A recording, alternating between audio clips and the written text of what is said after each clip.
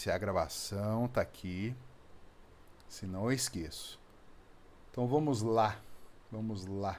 Deixa eu ver aqui, alguém mandou mensagem, né? Então pronto. Prezados, até aqui esse é o nosso terceiro encontro. Então até aqui eu sempre trago um resumo breve, né, no início. Nós vimos aí as questões primordiais. Questões primordiais são aqueles questionamentos que acometem a todo ser humano. Da onde eu vim, para onde eu tô indo, por que eu existo, o que é a morte, existe Deus. São aquelas questões que todo ser humano, aqui é a despeito de religião, de fé, de que for, ele vai pensar nessas questões. É um fenômeno universal. Por quê? Porque nós temos uma natureza humana. Nós temos algo em nós que nos atrai a essas questões. A eternidade está no coração do homem sem que ele possa discernir o que há por vir. É o que o autor aos Eclesiastes nos diz. Nós vimos também quem é esse Jesus que no meio desse monte de vozes que nós vimos, né, que existem aí pelo mundo, na primeira aula a gente deu um pouco de atenção para isso, nós vimos que a voz que nós vamos dar crédito aqui é de Cristo. E o porquê dar crédito a Cristo? Por que não a Buda, não a Maomé, não a Allan Kardec, não a Ellen White, não a qualquer outro que se diga profeta? Por que Jesus? Então nós vimos aqui uma série de textos escorrendo o que as escrituras dizem de Jesus, que ele é o Deus que se fez carne. Isso devia de ser, amados, um escândalo para nós. Como assim um Deus que pisou nessa terra? Um Deus que comeu? Um Deus que suou? Um Deus que chorou? Um Deus que dormiu, que cansou? Como que existe um Deus desse? Esse é Jesus Cristo de Nazaré, o que a Escritura anuncia. Nós vemos o que Jesus diz sobre as Escrituras. Então olha que interessante essa jogada, né? É o que Jesus diz sobre as Escrituras e o que as Escrituras dizem sobre Jesus. Nós vimos aí a unidade ou unicidade desse documento chamado Bíblia, né? 66 livros que se harmonizam perfeitamente. Nós vimos aqui questões como o José Domingos apresentou aí agora, né? Um souvenir que ele ganhou de lembrança lá de Israel, um vaso de Qumran. Nós discorremos sobre eles aqui semana passada. Não há registro na literatura mundial, na manuscritologia mundial, que mostre um manuscrito datado de 1000 anos depois de Cristo ser idêntico ao manuscrito datado de 200 anos antes de Cristo. Isso é divino, isso é miraculoso, isso não existe. Então a gente vai dando provas de que para ser incrédulo precisa de mais fé do que para crer.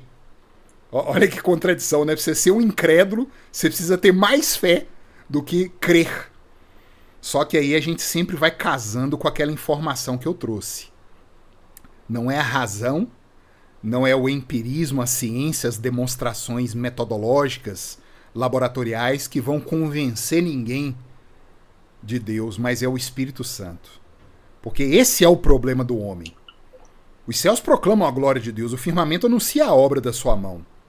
Só que aí vem o apóstolo Paulo no ápice da revelação, na plenitude dos tempos, e diz assim: por isso nós somos indesculpáveis. Ninguém pode dizer assim: ah, eu não sabia que Deus existia. Sabia.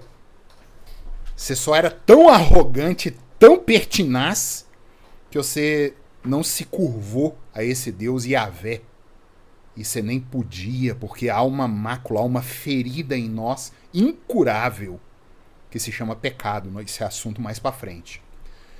E por fim, Cristo e as Escrituras são inseparáveis. Eu espero já nesse terceiro encontro nosso ter ficado muito claro a minha proposta. O que eu estou defendendo aqui? Ó, esse pastor aí é doido, ele está falando que foi Jesus que escreveu a Bíblia. Jesus é que registrou Gênesis lá na pena de Moisés. Jesus é que registrou Josué na pena lá de Josué. Jesus é que registrou os Salmos na pena de Davi. Jesus é que registrou Isaías e os outros profetas na pena de cada um. Isso é o que eu estou defendendo aqui. E isso tem que ser realmente um escândalo, porque a igreja hoje, infelizmente, está defendendo outra doutrina. Ela não está defendendo a ortodoxia dos pais da igreja, logo após ali o encerramento do cânon, a morte dos apóstolos, nós tivemos um período chamado patrística. E nós vamos estudar um pouquinho também desse período chamado patrística, onde o cristianismo foi consolidado. Infelizmente, ali no século IV, houve a institucionalização do cristianismo, né? Onde o Império Romano abarca o cristianismo e viu que eles não conseguiam eliminar, então vão chamar o nosso inimigo para ser amigo, né? Aí eles tomam conta ali durante praticamente 1000 anos para vir a reforma protestante 1500 anos depois. Então nós vamos vendo esse movimento do cristianismo, ora mais, ora menos fiel. Mas a palavra do Senhor permanece eternamente. É o que Jesus diz. Passará céus e terra, mas nem o iota, nem um tio vai cair dessa palavra dele aqui. Porque foi o próprio Cristo, que é o Deus encarnado, que escreveu a Escritura, e ele vai garantir que ela se cumpra. E ponto final. E hoje nós vamos adentrar num assunto, dando continuidade a essa preparação nossa, né? Vocês estão vendo que nós estamos tratando aqui de coisas bem terrenas, né? Bem usando a razão, usando provas, evidências, para a gente ver que, por mais que tudo esteja aí gritando, existe um mal debaixo do sol, que se o Espírito Santo não intervir, não adianta. Um monte de prova, posso trazer prova aqui de tudo para vocês. Eu costumo brincar falando assim que... eu não assisto não, viu, queridos? Não recomendo ninguém que assista. Só que eu não tenho já os meus 20 anos mais, né? Essa turma mais nova não conhece não. Mas a maioria aqui é mais velha igual eu, deve lembrar do... Pam pam pam pam pam pam pam pam pam pam pam pam pam pam pam pam pam pam. É aquela música que me deixava apavorado quando eu era criança, na Rede Globo. Rede Globo Urgente, eu acho que era isso, eu nem me lembro mais o nome, né? Ela falou, opa, para, todo mundo parava na frente da televisão pra ver. O que é emergência agora, né? O que aconteceu? Caiu que avião? Qual que foi o fato aí que tocou a musiquinha da Rede Globo, todo mundo parava.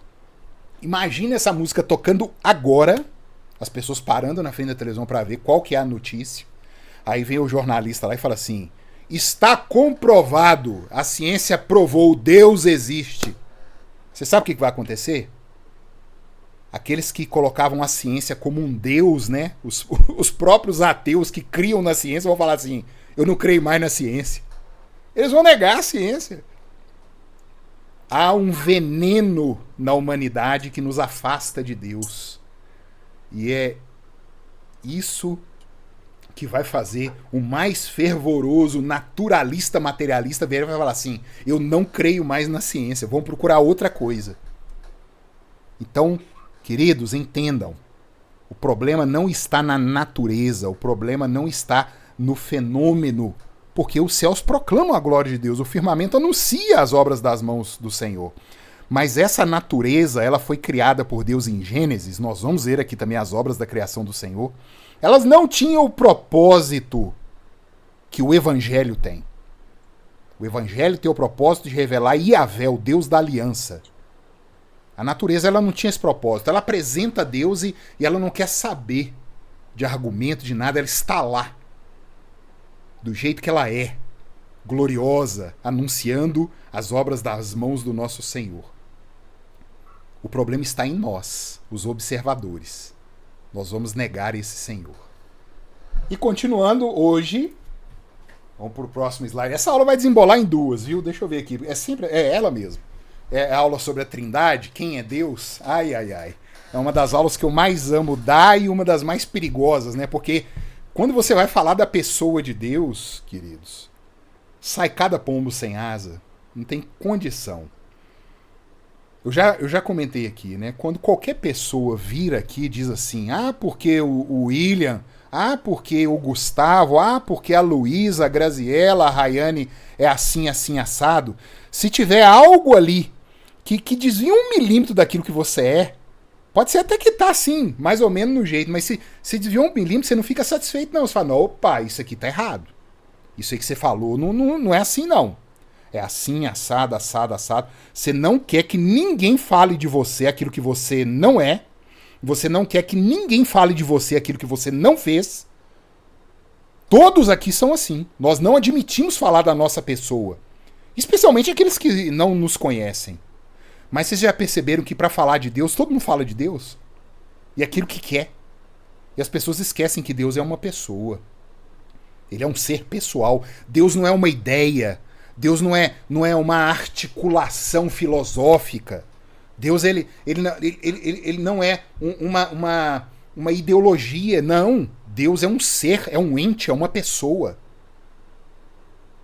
E quando eu quero conhecer Deus, eu vou procurar Ele para saber dele o que Ele é.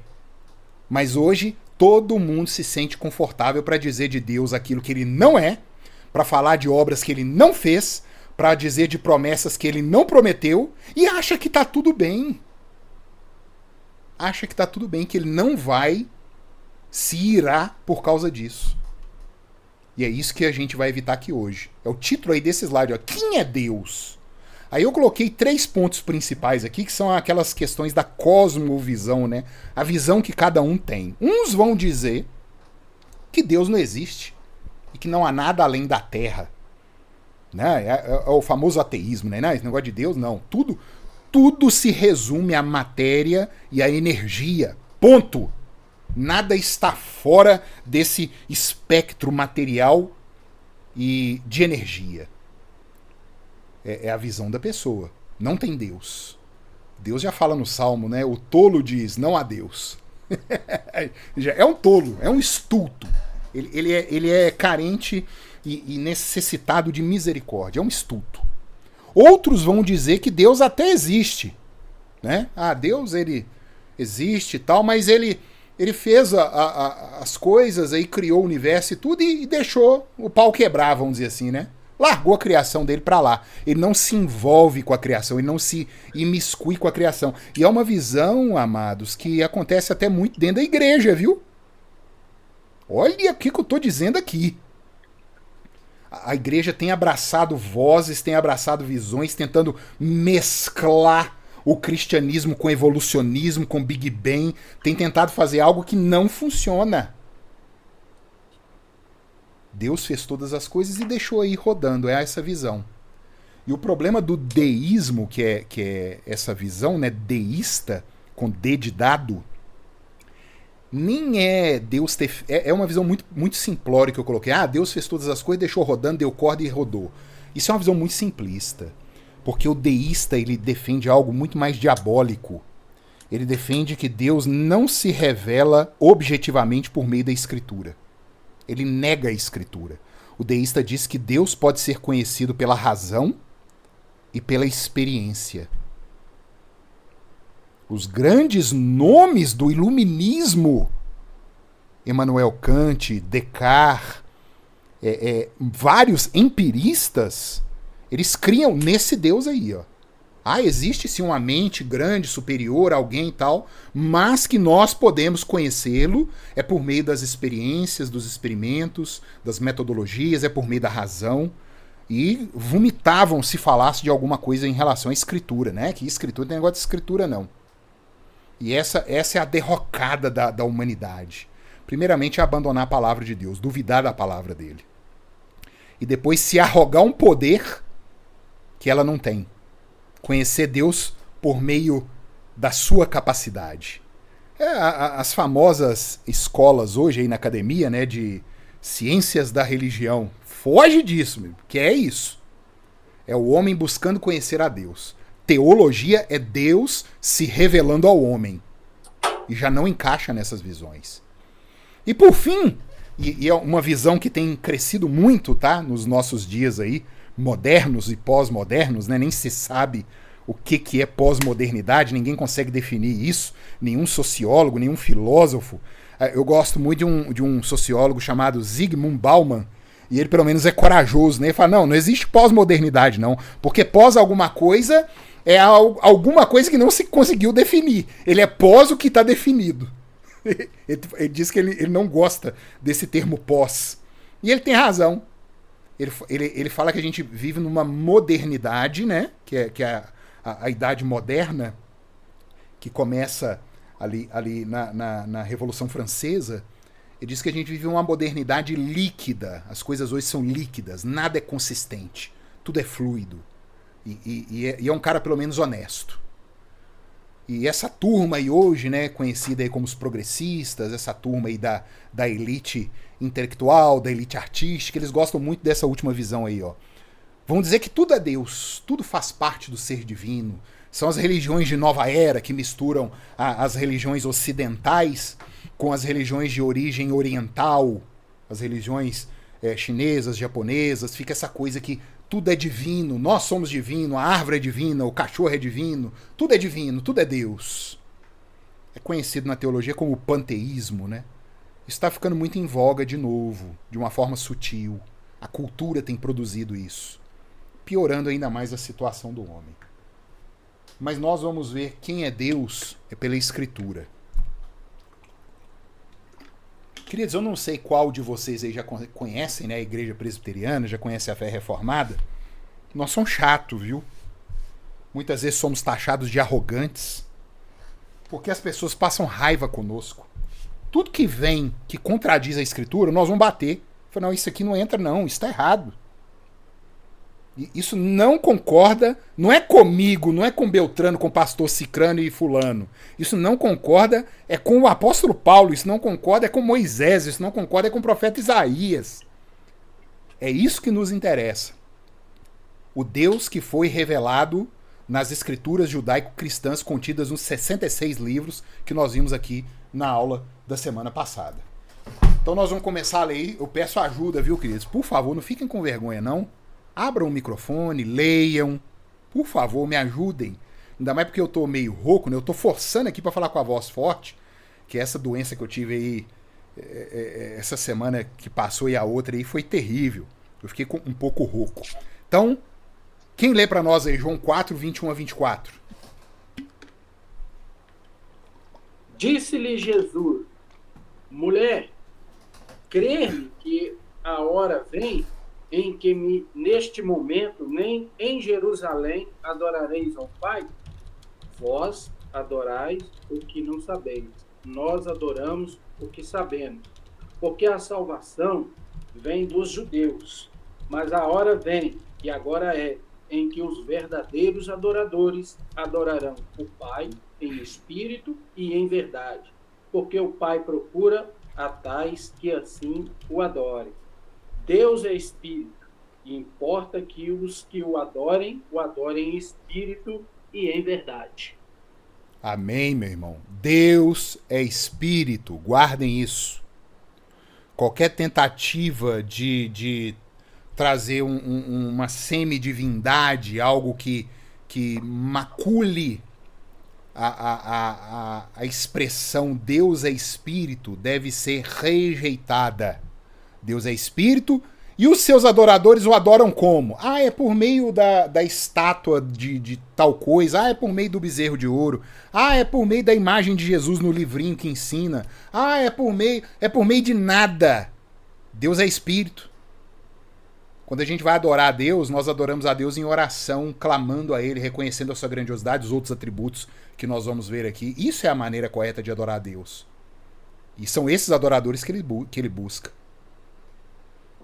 Essa questão, queridos, e eu já vou bater pesado aqui, de manifestações artísticas, pintura, escultura, teatro, essas coisas palpáveis, aquilo que foge da palavra. Deus se anunciou por meio da palavra, por meio da voz, por meio de ordens. Passou disso, é idolatria, irmãos, por mais que isso possa machucar a gente. Ah, mas eu ensinar meu menino com um livrinho lá que tem o Jesusinho pintado lá, ele não está adorando, não é só didático, não. Deuteronômio 4, quando Deus está chegando com o povo na Terra Prometida, ele repete no capítulo 5 os 10 mandamentos. E no Deuteronômio 4, Deus vai questionar exatamente o povo nesse ponto que eu estou falando com vocês. Ele é espírito, ele não tem que ter nada para adorá-lo em espírito.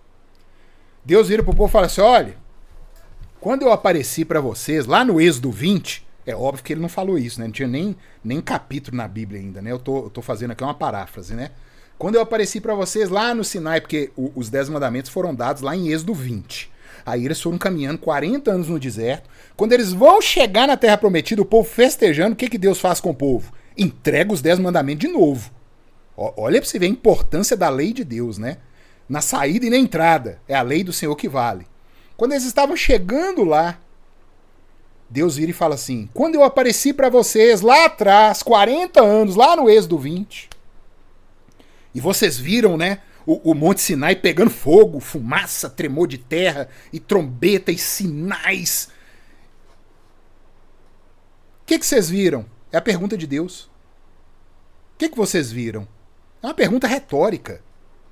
Porque a resposta é: nós não vimos nada, Senhor. Então vocês vão desenhar nada. Essa é a resposta. O segundo mandamento é para isso: não farás para ti imagem de escultura, nem semelhança alguma do que há em cima nos céus, nem na terra, nem nas águas debaixo da terra. Não lhes adorarás, não lhes prestarás culto, nada. E Deus ainda explica, ele é gracioso, irmãos. Ele fala assim: quando eu apareci para vocês, o que vocês viram? Eu vi um homem barbudo, né? Porque quando a gente pensa em Deus, o Pai, a gente acha que ele é um bom Papai Noel, né? É um homem cabeludo, a cabeça branca, barbão branco, sentado num trono. Jesus Cristo é aquele cara do The Chosen, né? Essa série aí que saiu aí há pouco tempo atrás. Jesus Cristo é aquele cara descolado, né? Meio malandrão. É a imagem que a cultura pinta. O Espírito Santo é uma pomba. Tal, a gente pensa no Espírito uma pomba. Deus, taxativamente, ele vira, entregando a promessa pro povo, vira e fala assim: vocês viram o quê? Nada. Então vocês vão desenhar o quê? Nada. E vocês percebem como que isso é difícil?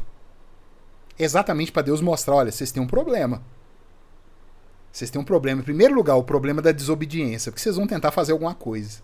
Mas aqui Jesus confirma: Deus é espírito, queridos. Importem que os seus adoradores o adorem em espírito e em verdade. Amém. E acabou. E se há alguém buscando outras coisas, ele não entendeu quem é a pessoa de Deus. E o primeiro atributo que nós estamos tratando dele aqui, ele é espírito. Se eu estou buscando a Deus por meio de imagens, esculturas, por meio das minhas obras, para eu conhecer a Deus, eu tenho que fazer um monte de coisa. Eu tenho que doar, eu tenho que fazer aquilo, fazer... Não. Você está representando Deus em atos de justiça. Tá errado. Então, sentemos nos nossos lugares e contemplemos a divindade naquilo que ela se apresenta. Ela é espírito. Tira da sua mente. Eu sou tremendamente imagético, queridos. E eu tô falando aqui, vocês devem estar falando: pastor, é fácil, ele tá falando sentadinho lá do lugar dele. Não. Quando eu leio a escritura nos meus estudos, nas minhas devocionais, é impossível eu não imaginar Jesus Cristo como um homem. Ainda mais esse diabo dessa série The Chosen aí, que eu nem assisti, mas eu fico vendo as figurinhas rodando na internet aí, né? Pensa naquele camarada lá. Mas é exatamente, a lei se cumpriu aí. A lei me mostra que eu tenho um problema. A lei, ela não foi dada, como eu falei semana passada, para massagear o ego de ninguém. A lei foi dada para mostrar que nós temos um problema. Senhor, eu não consigo não imaginar o Senhor Jesus. Tem misericórdia de mim. Pronto, a lei funcionou. Você está clamando a misericórdia. Exatamente. Vamos continuar, queridos. Vamos continuar. O trem é feio. Vai piorar, viu? Quem lê para nós?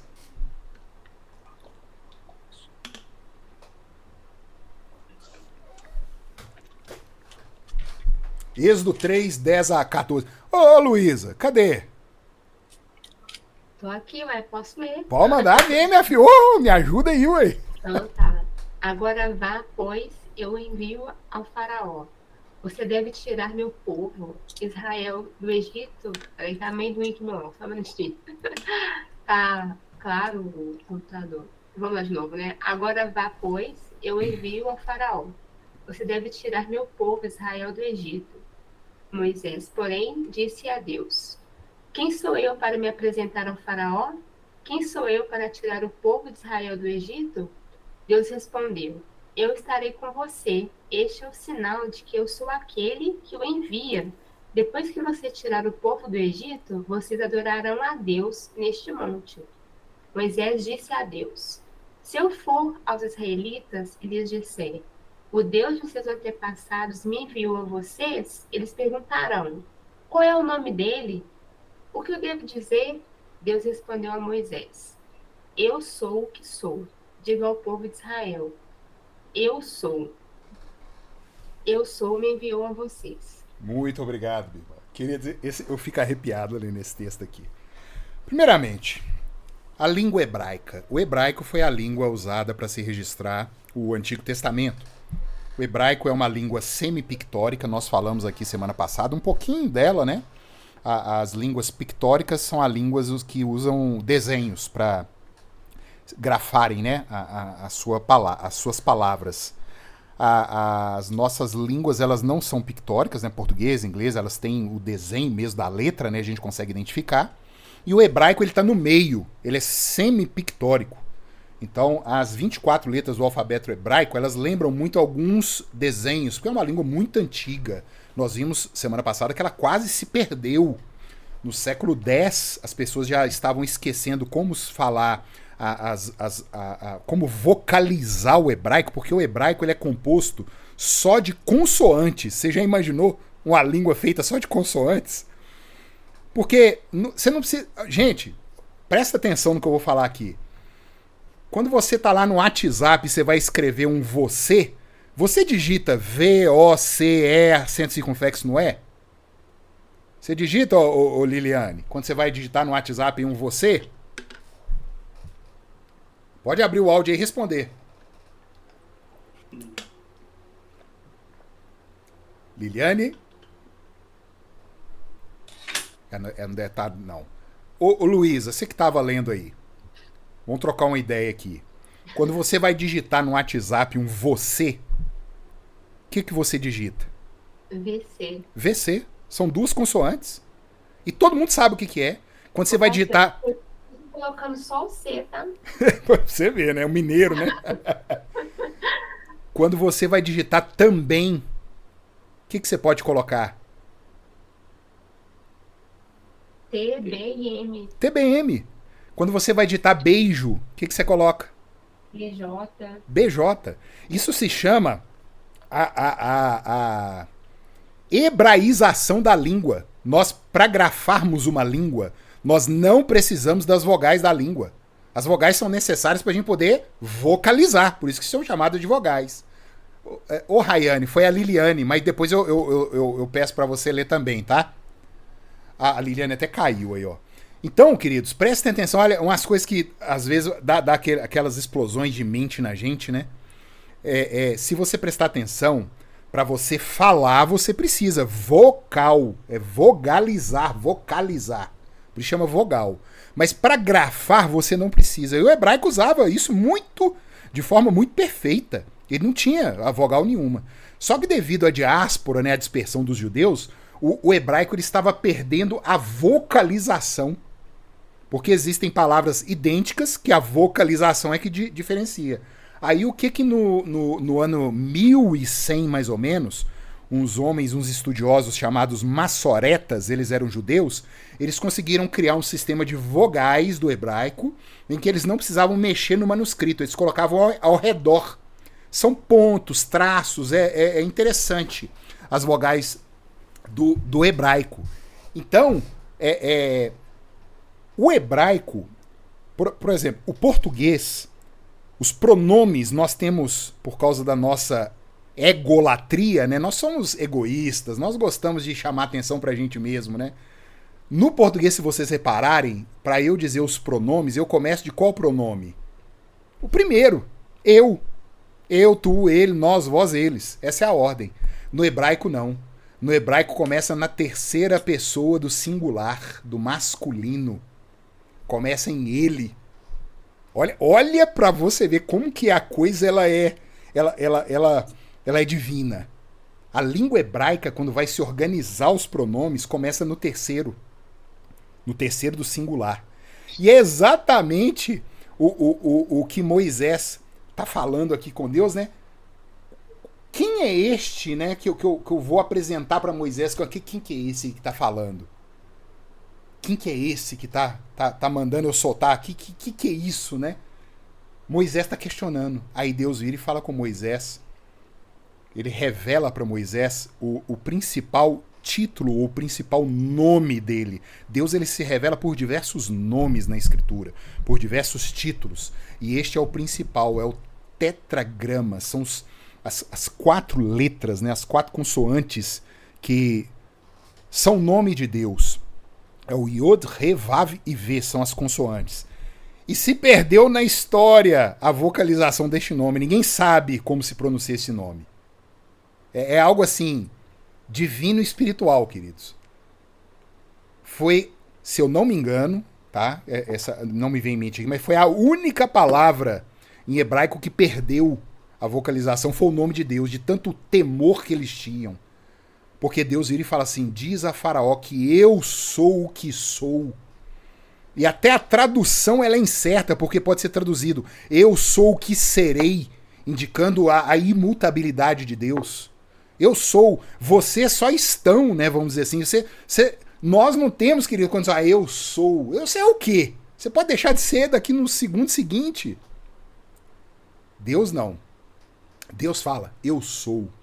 E isso é um dos atributos mais lindos de Deus, é o atributo da aceidade. Ele é infinito por si em si. Deus ele não depende de contingência nenhuma. Nós, seres humanos, os mais arrogantes, as criaturas mais arrogantes dessa existência, né? Nós achamos que somos autônomos, independentes. Você precisa de ar para você viver, meu querido. Tira o ar para ver o que acontece. A contingência é sua. Você precisa de comida, você precisa de água, você precisa de um monte de coisa. Você precisa de gente para você conversar, senão você fica deprimido. E o ser humano, ele se acha. Mas o único que contém esse atributo da aceidade, ele é por si em si, de si. Por isso que Paulo muitas vezes adora ao Senhor, dizendo, é porque por meio dele, para ele, dele são todas as coisas. Deus, ele definiu. Amados ouvintes, muitos aqui devem estar pensando assim, nossa, mas que Deus prepotente que é esse? Meu Senhor, por quê? Porque é a arrogância do seu coração que te faz a pensar nisso. Porque você acha que você é autônomo, independente, mas você foi criado, você é uma criatura para um determinado fim. E nem cumprir esse fim a gente está conseguindo. Deus tem essa. Isso aqui é escândalo para a igreja. Deus, em seu próprio ser, é infinito por si em si mesmo. E ele tem direito sobre a sua criação para fazer dela o que ele achar que convém, porque ele é dono dessa criação, inclusive nós. Vamos prosseguir, senão nós não desgarramos aqui não. Sou William, sou ler para nós? Vou revezar hoje entre William e Luísa. Por favor, meu irmão. Só um minutinho. Eu prefiro aqui na Bíblia, só um minutinho, tá? Jó 11, 7 a 9. Jó 11, de 7 a 9. Pode procurar aí tranquilo, meu irmão.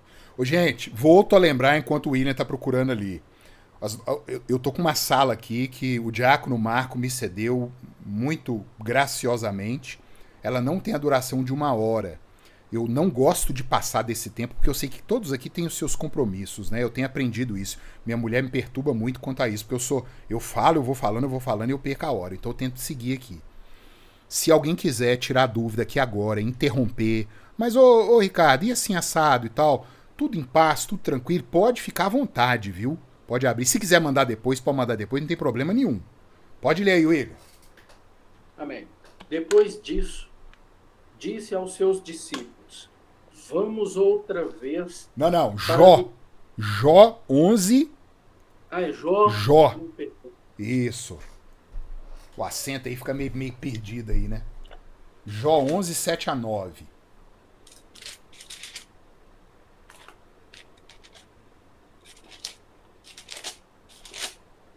Ricardo. Opa! Liliane. Opa!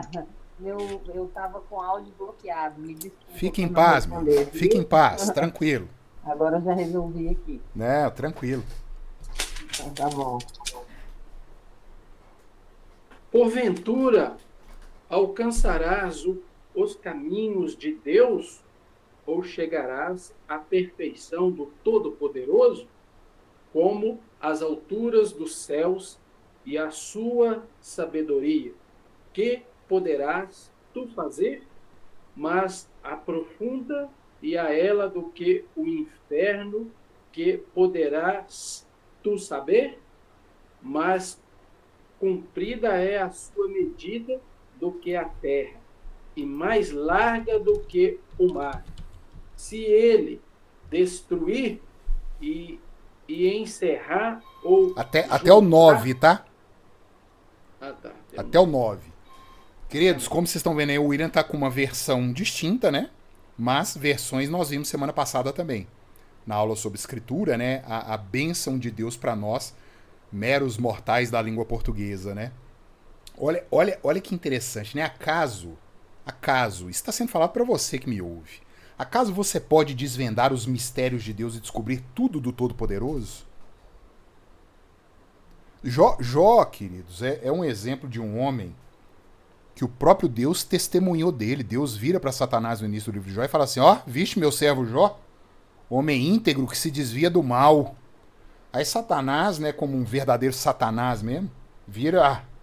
O senhor cercou ele de tudo que é bom, o homem não tem problema, não dá nada, tem que te servir mesmo, né? E Deus vira, então você pode tirar tudo dele. Pode tirar tudo dele. Só não toca nele. Aí Satanás faz aquela bagunça na vida de Jó, né? Tira bens, tira família. E é um banzé danado que arruma ali, no ponto que Jó chega no final e vira e fala assim, nu eu saí do ventre da minha mãe e nu eu vou voltar para lá. E bendito seja o nome do Senhor. Aí finaliza o capítulo 1 assim, e nisto Jó não pecou em suas palavras. É aquela pessoa que vê que o que acontece na vida dela está debaixo do controle de Deus, a despeito se ela entende aquilo como algo bom ou ruim. Porque se parte de necessidade de eu entender algo, já mostra que a minha razão ela já está contaminada. Capítulo 2, de novo, Satanás se apresenta diante de Deus e Deus, de novo, viste meu servo Jó?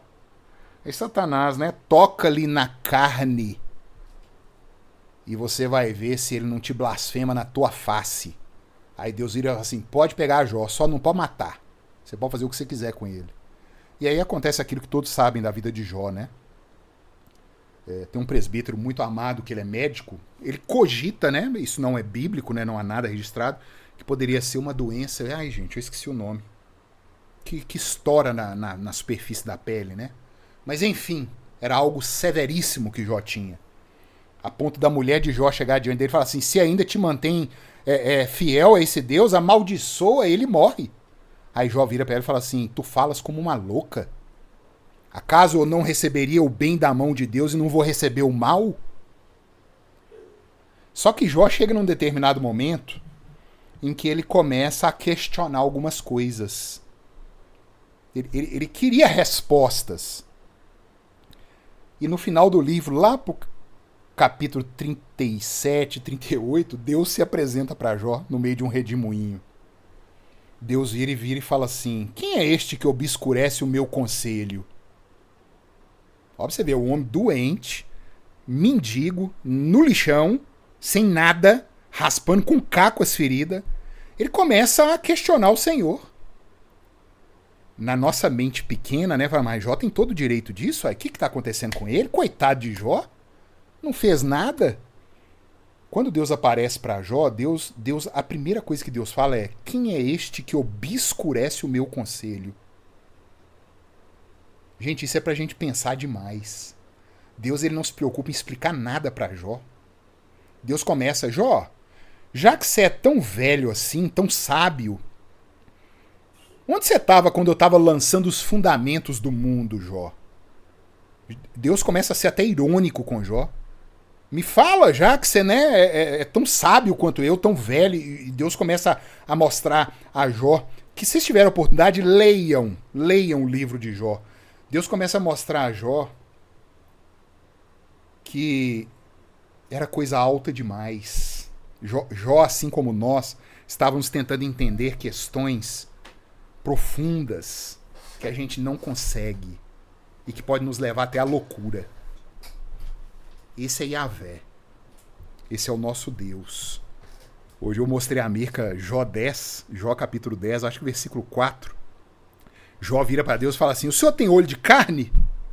O senhor é como um de nós? O senhor tem os dias curtos como a gente tem? Jó nervoso com Deus, né? Aí eu falei com a Mirka assim: Deus deu a resposta a Jó 2000 anos depois do livro de Jó. Foi quando ele desceu na terra. Deus pode falar: eu tenho olho de homem, eu tenho vida igual de vocês. Nós vamos estudar na doutrina da Trindade aqui. O que é isso, né? Ué, mas o pastor falou que Deus é espírito. Como é que é assim que Deus tem olho de homem? Nós vamos chegar lá. Segura aí, vamos prosseguir.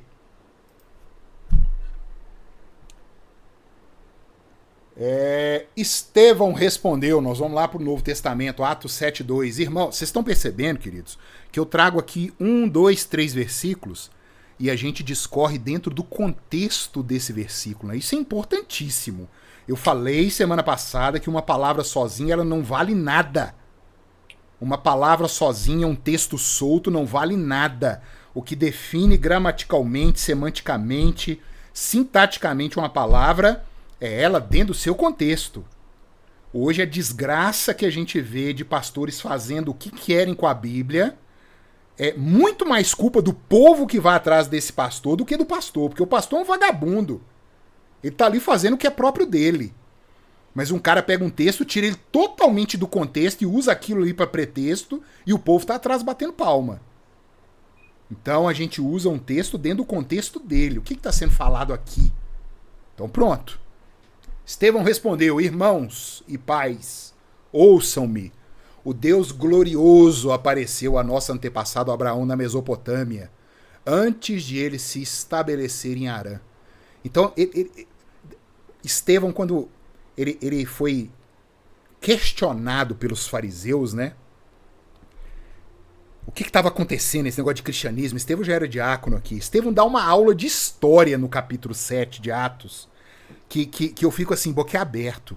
Ele parte de Abraão, ele começa em Abraão e ele vem discorrendo. Abraão, Isaac, Jacó, as tribos de Israel, Moisés, ele passa nos reis, Davi, ele vem discorrendo e ele vira e fala assim para os fariseus, isso que matou de ódio os fariseus. Os seus antepassados mataram os profetas e vocês estão fazendo exatamente a mesma coisa que eles. Vocês não viram a história que passou, não? E ele conta a história. E ele começa a falar de Deus. Qual o primeiro atributo que ele traz? A glória de Deus, o Deus glorioso. O que é glória, irmãos? Alguém quer levantar aí? O que é o atributo glória? O que é a glória? Interessante que glória é um atributo comunicável, viu? Nós temos atributos incomunicáveis. O que é isso? São predicados, são atributos que só Deus tem. Onipresença, onisciência, onipotência, nenhum outro ser tem. Deus não comunicou isso a ninguém, só ele tem. Mas existem atributos predicados que Deus comunicou. Deus nos comunicou, por exemplo, o amor. É um atributo dele e nosso. Nele é perfeito, em nós é imperfeito. Deus comunicou a justiça, em nós imperfeito, nele perfeito. E Deus comunicou a glória, nós temos glória. Imperfeita, em Deus perfeito. E o que é glória? Alguém quer arriscar? Glória é quando você tem algum feito, né, grandioso demais, aí você recebe aí essa glória, recebe elogios, assim, de forma bem rasa, né? Mas não é a glória de Deus. Então vamos... Você deu uma introdução, mas quando a gente vai definir termos, é perigoso a gente ficar usando exemplos, né? Definição de termos ela tem que ser objetiva. Glória é o resplendor de todos os atributos divinos. A glória do Senhor é isso. São todos os seus atributos brilhando. A sua justiça, o seu amor, a sua ira, a sua santidade, a sua seidade. E vem toda a coletânea de atributos que Deus tem. O brilho dos atributos do Senhor é a sua glória. Mas a pergunta que você fez é o que é glória. Você não falou o que é a glória de Deus. Por isso mas essa resposta. Todos os nossos atributos juntos são a nossa glória. Não muda, não. Só que nós é tudo escangalhado. Em Deus é o brilho completo de todos os seus atributos, é a sua perfeição brilhando, é a sua glória. Isso é glória, seja num ser mortal, seja num ser divino. Vamos prosseguir, queridos.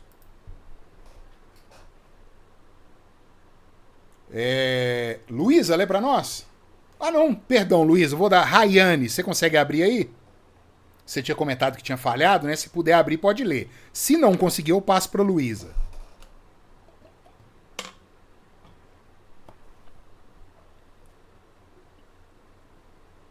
Eu tô achando que não vai conseguir, não. Abriu.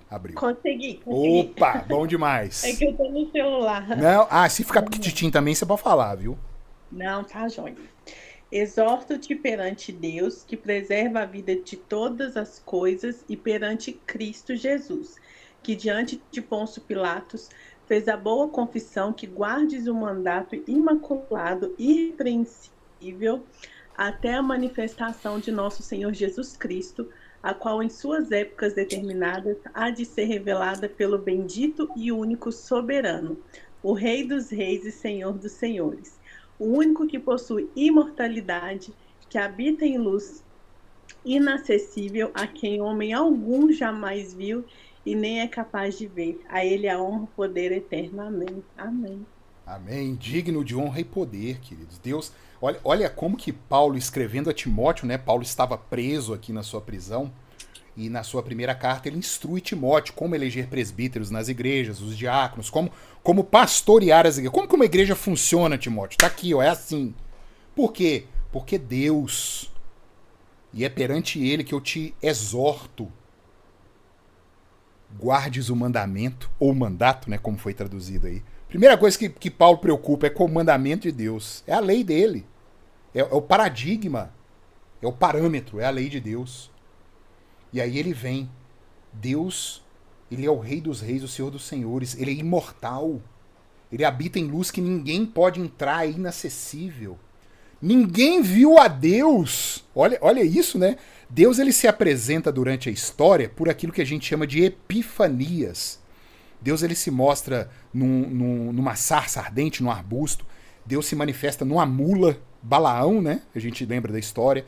Deus se mostra por meio de fumaça, por meio de nuvem, mas ninguém nunca viu a essência de Deus. É impossível um homem ver a Deus e permanecer vivo. Moisés chega a registrar que lá no Sinai, ele vira e fala assim, eu fiquei face a face com o Senhor. Ele estava diante de uma epifania do Senhor ali.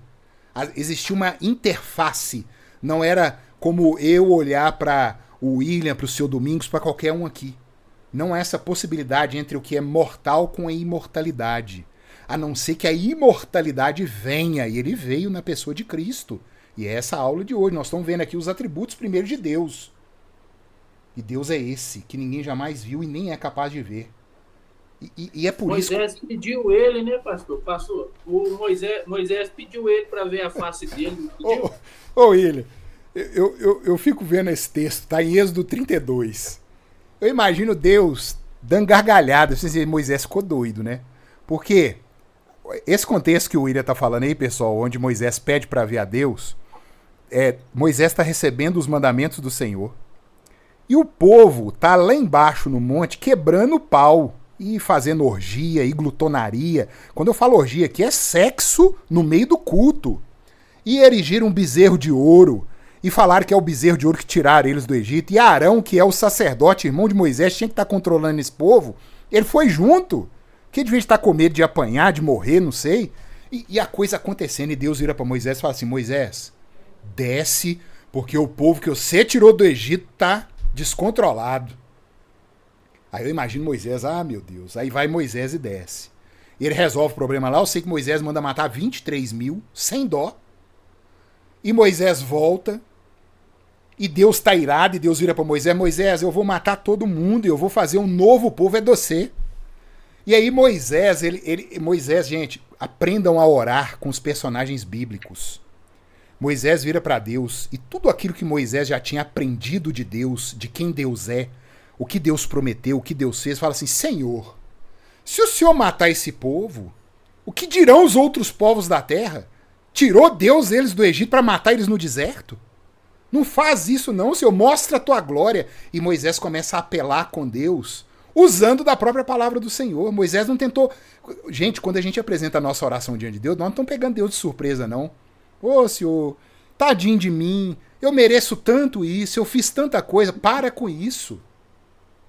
Se a gente orar a Deus baseado em justiça nossa, nós estamos na água, viu?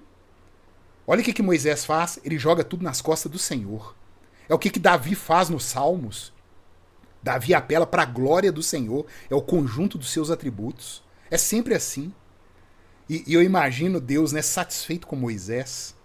E aí, neste momento em que Deus diz, eu perdoo esse povo, mas eles vão... Ele fala assim, o pecado é perdoado, mas eu não eximo a culpa daquele que cometeu o pecado. E isso já indica ali que há necessidade de reparação. Existe uma lei, a lei foi violada, eu sou um justo juiz que não posso fingir que não vi. Como que resolve então se a lei manda matar? Tem que matar o povo. Aí Paulo vai explicar isso lá em Romanos 5. Havendo Deus retido a sua ira e mantido impune os pecados durante a história, ele descarregou nas costas de Jesus Cristo. É ali que o pecado estava todo sendo descarregado do povo da aliança. E é nesse momento em que Moisés vira para Deus e fala assim, Senhor, me mostra a sua glória, deixa eu ver o Senhor. É o que o William comentou aí. Aí Deus fala assim, ô Moisés, você não sabe o que você está me pedindo. Eu vou deixar você ver a beiradinha das minhas costas, uma epifania, né? Deus se apresenta ali como um homem a Moisés. Eu não consigo, irmãos, textualmente, biblicamente, não há como entender esse momento. Era um gigante que passou ali, como é que funcionou a coisa? Eu sei que Deus colocou Moisés numa fresta da montanha, e Deus passa e Moisés vê só as costas dele passando assim, ó. Só essa teofania. Mas ninguém nunca viu a essência de Deus. Ele precisa de uma interface para se mostrar a nós. E a exata interface de Deus é Jesus Cristo de Nazaré. Pois não, Rayane, pode abrir. Então, pastor Ricardo, é uma dúvida que eu sempre tive em relação a essa cena, se seria errado considerar que foi Jesus nesse momento, no Antigo Testamento. Poderia ser Jesus. Poderia não, minha querida, era ele. Exatamente. Tá bom. Era exatamente ele. Jesus Cristo é a interface de Deus para a comunicação com os seres humanos. Pastor. Pois não, meu irmão. O senhor pode me conceder um minutinho? Ô, meu irmão, por favor. Aqui o raciocínio da minha amada Mirka. Ela levantou uma questão para mim, particularmente, sobre a questão da glória.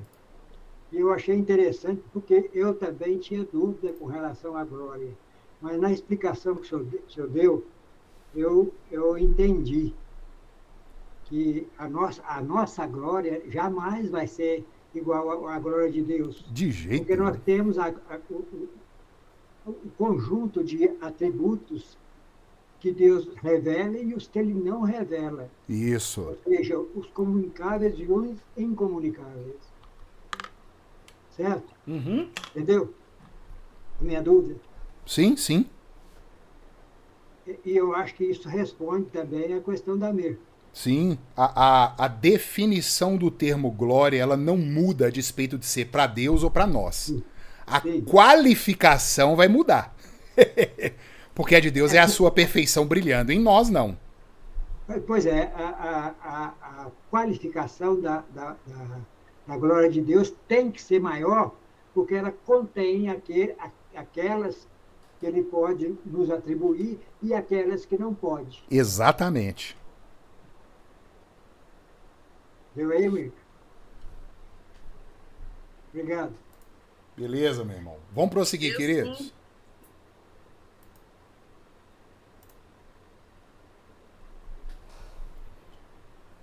Ouvistes que foi dito: amarás o teu próximo e odiarás o teu inimigo. Eu, porém, vos digo: amai os vossos inimigos e orai pelos que vos perseguem. Gente, até aqui só. Esse texto está em Mateus 5. Eu creio que foi o texto que me levou à conversão, tá? Eu comecei a estudar a Bíblia, comecei a ir na igreja e tal, ver esse negócio de fé e tudo. Até o dia que eu bati aqui. Esse é um dos textos que está dentro do Sermão do Monte. O Sermão do Monte começa em Mateus 5, ele vai até Mateus 7. E é um texto assim que todo mundo gosta, né? Todo mundo conhece, ó, amar o teu próximo e odiar o teu inimigo é o que estava escrito. Mas Jesus falou, amai os vossos inimigos, orai pelos que vos perseguem. Isso é filosófico, gente, isso é bonito demais, ó. Que coisa maravilhosa, né? É uma coisa... Isso é um poema. Só que o texto continua, queridos. O texto fala assim, para quê? Então, ó, eu tenho a causa e agora eu tenho um para quê, o efeito. Para que o quê? Para que vos torneis filhos do vosso Pai Celeste. No dia que eu li isso aqui, que o Espírito Santo verdadeiramente abriu a minha insignificância e o meu pecado, eu olhei para esse texto e falei, meu Deus, eu não sou filho de Deus. Porque se Deus é perfeito e ele exige perfeição, eu não consigo amar os meus inimigos e orar pelos que me perseguem. Mas isso é o que a lei exige. E se eu não consigo fazer isso, eu não sou filho de Deus, e agora? Aí o texto continua. Porque ele faz nascer o seu sol sobre os maus e os bons, vira a chuva sobre justos e injustos. Porque se amardes os que vos amam, que recompensa tendes? Não fazem isso os publicanos também? Não fazem a mesma coisa? E se vocês saudardes, né, somente os vossos irmãos, né? Que fazeis demais? Não fazem os gentios também o mesmo? Portanto, sede o quê, queridos? Perfeitos, como perfeito é o vosso Pai Celeste. Aqui eu entendi que a Escritura, de acordo com o atributo de Deus, ele é perfeito e ele requer perfeição. Ele deixa isso claro em Levítico 19. Sede santos porque eu sou santo. Santo é uma palavra tão utilizada de qualquer jeito hoje, né? Santo é separado. Alguém santifica alguma coisa. Deus santificou a Arca da Aliança. Ele separou a Arca da Aliança para um fim. Deus santificou o povo. Ele separou o povo para determinado fim. Sede santos porque eu sou santo. Ponto final. Eu sou perfeito e vocês precisam ser perfeitos. A Escritura nos apresenta duas faces. Ela apresenta a face da vida pela obediência à lei de Deus, e ela oferece a outra, o lado da moeda, né, que é a vida pelo arrependimento e clamor por Jesus Cristo. Aqui eu entendi que eu estava tentando viver pela justiça própria, pelos meus atos de justiça, e que eu nunca ia conseguir. Amar meu inimigo? Eu posso até me esforçar, o que eu faço hoje, depois que eu entendi. Eu tento ter olhos bons, eu tento dar outra face, continuar uma milha, até o momento em que eu vejo, ó, não, aqui não é mais possível. Até o momento em que eu faço igual Davi fez no Salmo 137, né? Senhor, pega os filhos da Babilônia e esmaga essas desgraças na pedra. O rei Davi fez isso. Ele orou assim.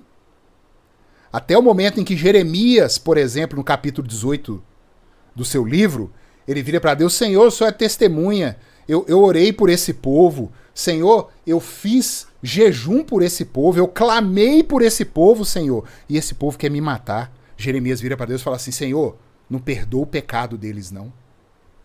Olha a oração que o profeta fez, querido, isso é apavorante. Jeremias vira e fala assim, não perdoa o pecado deles. E se não fosse a fé de Davi, a fé de Jeremias, na justiça de Deus, se eles confiassem na própria justiça, eles já tinham quebrado aqui o mandamento. Deus não coloca condicional, não. Mas é porque Jeremias estava sofrendo muito, é porque Davi, né, estava... Não tem mais ou menos. Deus mandou. E essa é a nossa situação. A perfeição divina contra aquilo que nós não somos. E nós não somos perfeitos. Vocês vão entender isso no desenrolar dos nossos encontros. Há um problema em nós e a lei nos mostra o problema e o evangelho nos mostra a solução. Ah, meu Deus, se eu tenho que ser perfeito, eu não sou, o que eu faço? Arrependa-se do seu pecado e creia em Jesus Cristo como aquele que pagou pelo seu pecado. E esse é o escândalo do evangelho. Vamos continuar. Deixa eu ver que slide que eu estou aqui. Nosso Pai. Deixa eu ver como é que eu vou dividir isso aqui para não tomar o tempo de vocês. Só um minutinho, deixa eu analisar aqui. Ó. Vamos acelerar as leituras, né? Beleza. Luísa, lê para nós, por favor. Ó profundidade da riqueza, tanto da sabedoria como do conhecimento de Deus. Quão insondáveis são os seus juízos e quão inescrutáveis os seus caminhos. Quem, pois, conheceu a mente do Senhor? Ou quem foi o seu conselheiro? Ou quem primeiro deu a ele para que lhe venha ser restituído? Porque dele, por meio dele, para ele são todas as coisas. A ele, pois, a glória eternamente. Amém. Obrigado, Luísa. Essa é a oração que finaliza uma grande sessão do livro de Romanos, da carta de Paulo aos Romanos, que começa no capítulo 9. Se vocês forem ler qualquer texto, qualquer versículo em Romanos 9, 10 ou 11, leiam, por favor, o capítulo 9, 10 e 11. Eles são um único assunto sendo tratado ali. E Paulo, no final, diante da grandiosidade do que ele viu, da glória do Senhor brilhando nos atos que o Senhor fez durante a história, Paulo simplesmente se curva e adora a Deus. É o que ele fala aí. É uma doxologia. Ele vira e fala assim, Senhor, isso é o Senhor. Aí ele cita Jó aí um monte de vezes. Ele cita Jó aí. Fala, quem conheceu a mente de Deus? Quem deu primeiro a Deus para que restituísse fosse? Porque é dele, por meio dele, para ele. Não tem o que argumentar. Não tem aqui... Quando Paulo vai tratar dessa soberania de Deus, é como se eu falasse, olha, não tem STF aqui para meter caneta, não. Não tem ONG nenhuma. Não tem ONU para tentar impedir nada. Não tem governo. Não tem anjo nem demônio que possa interpor alguma coisa nisso aqui. O juiz chegou. E o juiz é o redentor dos réus. Olha isso. Esse é o escândalo do evangelho. Vamos continuar. Mirka, lê para nós, por favor.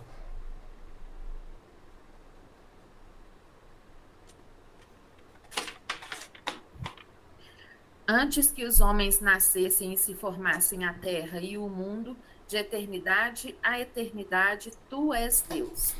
Queria dizer, esse atributo eternidade é algo tão espetacular, um atributo também que nós não temos, né, que só Deus tem, assim como a onisciência, a onipresença e a onipotência.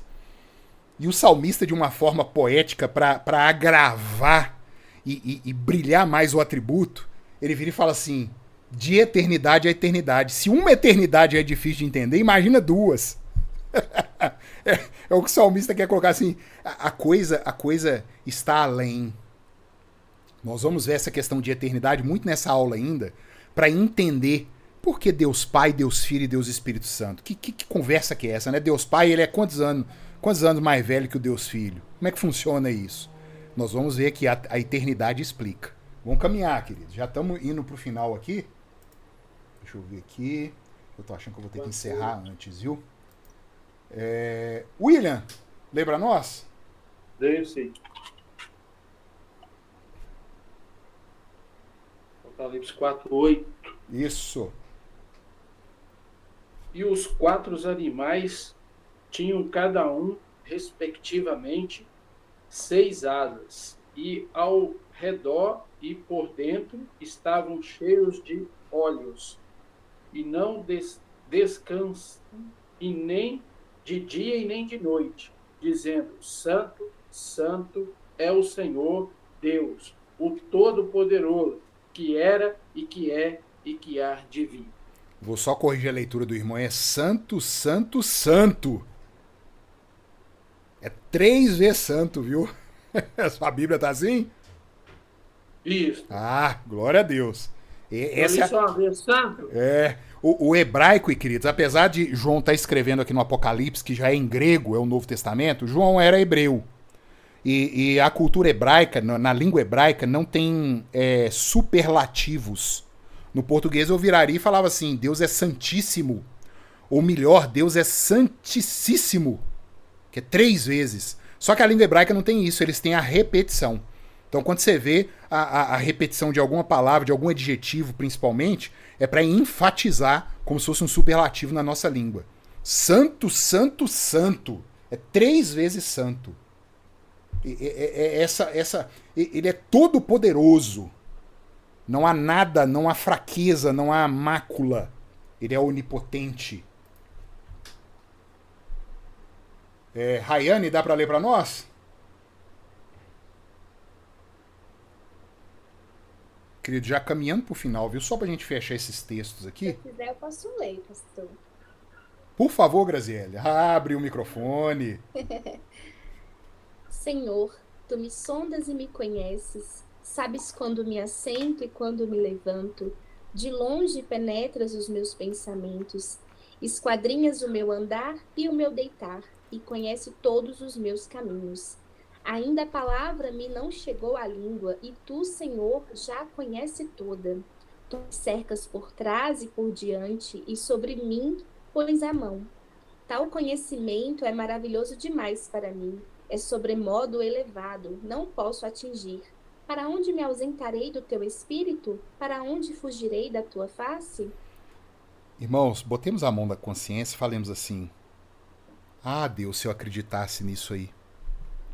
Ah, se verdadeiramente eu acreditasse que Deus está me sondando e que Ele sabe quando eu me assento, quando eu me levanto. Ele penetra os meus pensamentos lá de longe, esquadrinha o meu andar, o meu deitar, conhece todos os meus caminhos. Ah, se cada um aqui acreditasse mesmo que nem a palavra me chegou à língua ainda e Deus já sabe tudo. E é Ele que me cerca por trás, diante, põe a mão sobre mim. A gente não crê, queridos. Sabe por que a gente não crê? Porque eu garanto que já tem gente aqui ansioso com o dia de amanhã.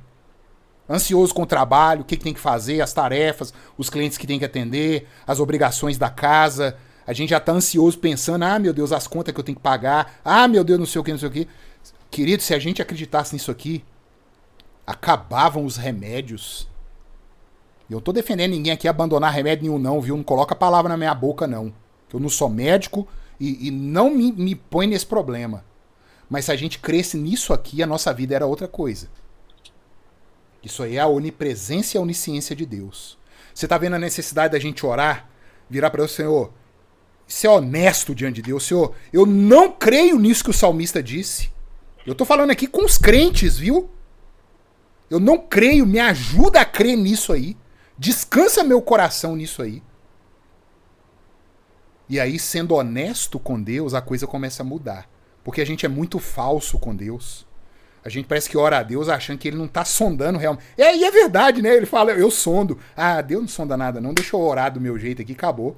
Pode ser que você nem fale com esse atrevimento que eu falei aqui, mas o seu ato já mostra aquilo que você crê. Ah, se a gente cresce, viu? E eu tô falando aqui é pra mim também, viu? Vamos prosseguir já caminhando aí os 2 últimos slides, se eu não me engano.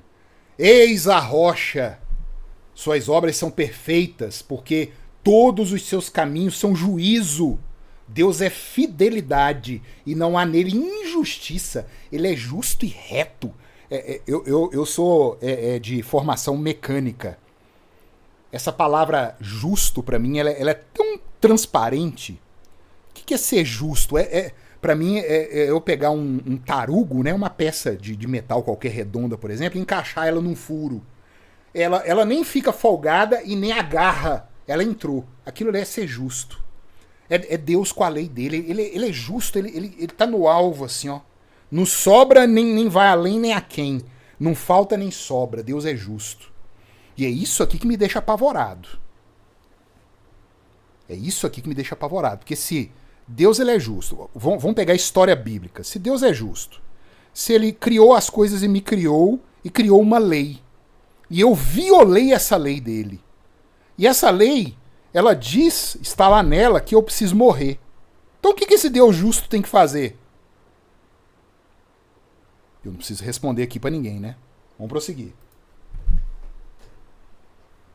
Por fim, queridos, Deus é fogo devorador ou fogo consumidor. Por isso, recebendo nós um reino inabalável, retenhamos a graça, pela qual sirvamos a Deus de modo agradável. É do jeito que Ele quer, não é do jeito da nossa cabeça. Com reverência e santo temor, porque o nosso Deus é fogo consumidor. Aleluia. E finalizando, queridos, o que é idolatria? Quando a gente fala de idolatria, essa palavra, né, ela gera uma impressão muito brasileira na nossa mente, né? O que é idolatria? Ah, eu imagino idolatria, eu já imagino uma casa cheia de estátua, né?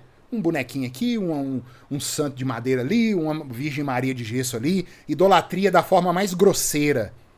Só que idolatria não é só isso. Isso aí é o que grita. Idolatria, como está em tela aí, adorar um Deus que não o Senhor. Você pode estar adorando, meu querido, sua família, o seu trabalho, o seu diploma, as línguas que você fala aí, né, os idiomas que você fala. Tudo que você colocou no lugar de Deus é idolatria. Ou, como continua aí, né, atribuir ao Senhor, atribuir a Deus qualidades ou predicados, né, o que nós vimos aqui, atribuir a Deus qualidades e obras que ele não revelou de si mesmo. É criar outro Deus. Muita gente fala, eu sou crente, eu sou evangélico e tal. Aí vai montando um Jesus Cristo na mente dela. Um Jesus Cristo que não é o que a Escritura diz que é. Um Jesus Cristo que ela acha que prometeu, que não prometeu. Um Jesus Cristo que fez obras que ela acha que fez, mas que ele não fez. Ela montou um ídolo na mente dela e colocou no pezinho dele assim uma plaquinha. Jesus. Idolatria. Dizer de Deus o que ele não é, atribuir a Deus obras que ele não fez, dizer que ele prometeu o que ele não prometeu. Você criou um Deus. Você criou um Deus. A fonte segura é apenas a fonte primária. A que Deus nos deixou, as Escrituras. E semana passada nós vimos. Por que eu tenho que acreditar que Bíblia é coisa de Deus? Se alguém não viu, vai lá e veja. Porque não é aqui que nós vamos tratar esse assunto. E semana que vem nós vamos continuar essa aula aqui. Nós vimos aqui o ser de Deus. Semana que vem nós vamos ver aqui o tal do Pai, do Filho e do Espírito Santo. Como é que funciona isso? Graziela mandou uma mensagem aí no chat, né? Ó, um livro bom é Deus e só. Tim Keller, bom. Timothy Keller escreveu esse livro aí. Ele vai esmiuçando justamente isso. A gente deixa a idolatria escrachada, né? Mas vai vendo essa idolatria refinada que nós mesmos podemos estar nela. Isso é que é o perigo. Queridos, Deus abençoe. Não vou tomar o tempo mais de vocês. Eu passei hoje 15 minutinhos. Mas é porque eu tinha que fechar nesse slide aqui para continuar a semana que vem. Isso raramente acontece, tá? Não fica com medo, não. Eu não costumo estourar o tempo, não. Deus abençoe cada um. E uma boa noite, viu? Tô disponível aí no WhatsApp para quem quiser. Um abraço. Obrigada, um abraço. Ô, William, você chamou? O pessoal tá indo, mas pode falar, viu? Pode sair, pessoal. Fico com o William aqui. Não, eu quero fazer só uma...